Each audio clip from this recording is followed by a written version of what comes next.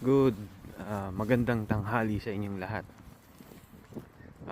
Paano kaya good noon sa inyong lahat? Magandang tanghali sa inyong lahat, no? December 24, o ano na ngayon? Christmas Eve na mamaya. And I just want to say Merry Christmas sa inyong lahat. So, yun, punta lang ako sa auntie ko. At itutuloy ko lang yung pot roast ko. Most requested dish. So, bukas yun din ang dadalhin ko sa work. Last day ko sa rehab as a full-time RN. So ayun, bukas lulutuan ko rin yung mga kasama ko ng pot roast king. Yun. Ano mga na-realize ko sa itong taon na to, no? Na-realize ko first sa work, na-realize kong huwag masyado magpaka-stress. Temporary yung lahat. It may be na temporary na in the future na makahanap ka pa ng much better. So, or 'di ba? Or replaceable ka. So para sa wala lang pala yung pagpapaka-toxic mo, no. Ayun. Mga na-realize ko rin sa work na na it is what it is. Let it happen. Hindi lahat ng situation health-wise ay makokontrol mo. Minsan meron talaga nangyayaring ganun. Kaya ako na-share to kasi yung experience ko sa rehab, which is mahirap kasi kasalanan ko rin naman. Nung umpisa, kala ko sobrang stable lahat ng mga pasyente kasi magre-rehab na lang sila. So hindi rin naman pala. So lalo akong na-frustrate na bakit ganito dito. So yun ang na-realize ko dun sa work ko. And sa buhay, na-realize ko, hindi mo kailangan madaliin lahat. Ibibigay ni Lord sa tamang panahon talaga.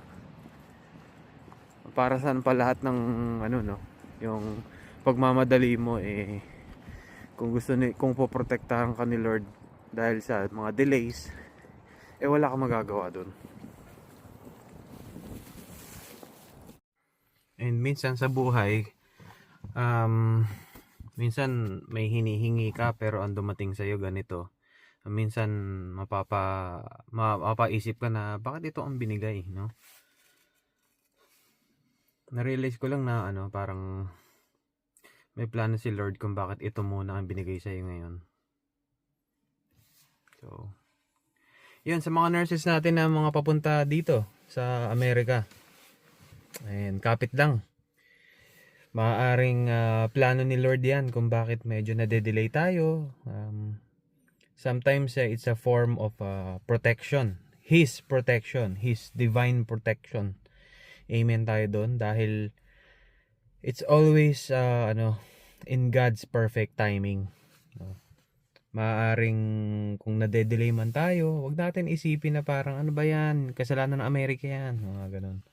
Wag, kasi maaaring baka binibigay ni Lord yung time na ito sa iyo ngayon para i-cherish nyo dahil pagpunta nyo dito talagang trabaho talaga lahat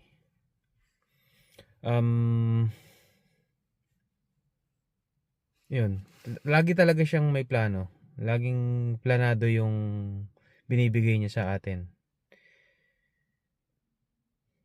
A lot of times nag-end up tayo na parang ito muna, pagtsatsagaan muna natin ito, pero tiwala lang, may reason kung bakit ganun. At sa wakas, meron na rin kaming crackpot. Hindi na ako manghihiram kay auntie. Merry Christmas! Ito ang mga handa namin. Kare-kare.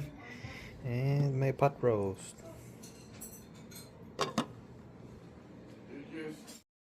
Year long of blessings for our entire family.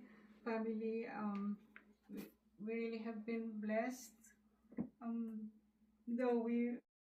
Hey, Santa Claus, may Santa Claus. Jeff. Owie and Jeff, yay! Oy! Hi, Jeff. Merry Christmas. Wife of Owie. Santa is here. Santa Claus. Melody.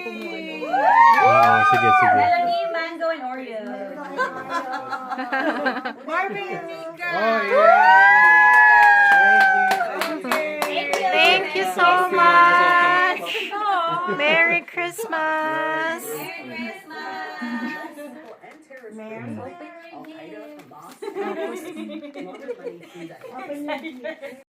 Hi guys, last day ko ngayon sa work. Pero kinancel ako ngayon. Pero pinapapunta na lang ako para daw sa handaan. So, yun, nagdala ako ng pot roast. Ayan. Na-expect na nila ako. Dapat kanina pa ako pupunta. Ano pala ako? Nag-file na ako ng early application sa USCIS kasi pwede na eh. Eligible na kami mag-apply for early application sa citizenship. So ang mahal, binayaran ko 700. Grabe. Yan isang beses lang naman yun.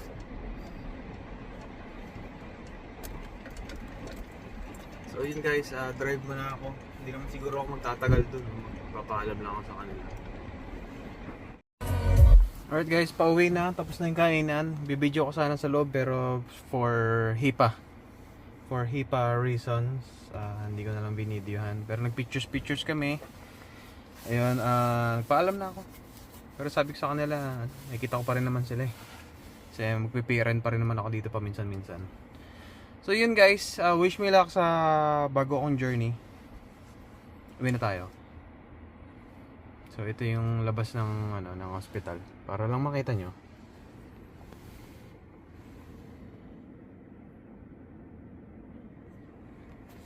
Ayan, dyan kami nagwo-work ni Nika. Actually guys, mamimiss ko silang lahat. Naalala ko ng mga first 6 months ko lang dyan eh. Parang I mean, gano'n naman siguro lahat eh, no? Lahat, pagbago ko talagang stranger talaga lahat eh. May parang, pero ito, nakaisang taon din, mahigit 1 year and 3 months. So, nakapag-build na rin kami lahat ng connection dyan. So, nakapag-biro-biroan na. Yan. May miss ko rin yung samahan namin dyan.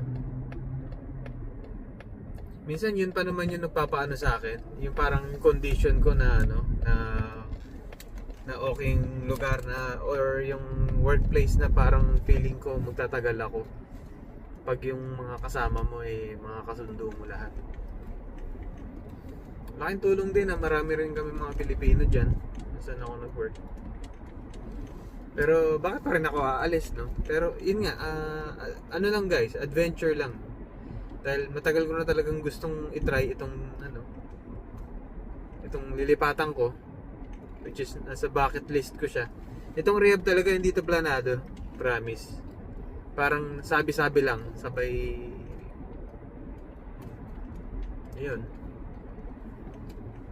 Hindi ko ba nagustuhan? Meron akong mga ibang point na may mga ibang bagay na hindi rin ako nagustuhan. Or sabihin na lang natin na hindi ko preference sa sa nursing scope ko. So yun, magkakaiba naman tayo lahat eh.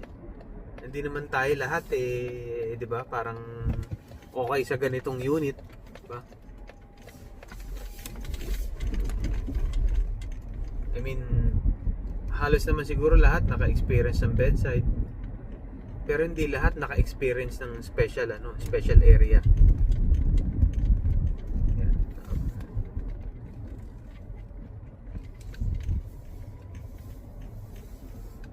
Iba-iba talaga eh.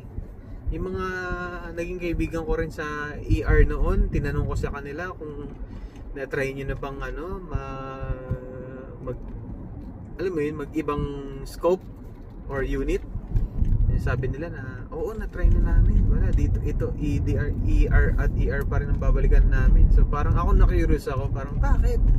Parang, gusto mo talaga dito? Gusto mo talaga tayong gantong mundo?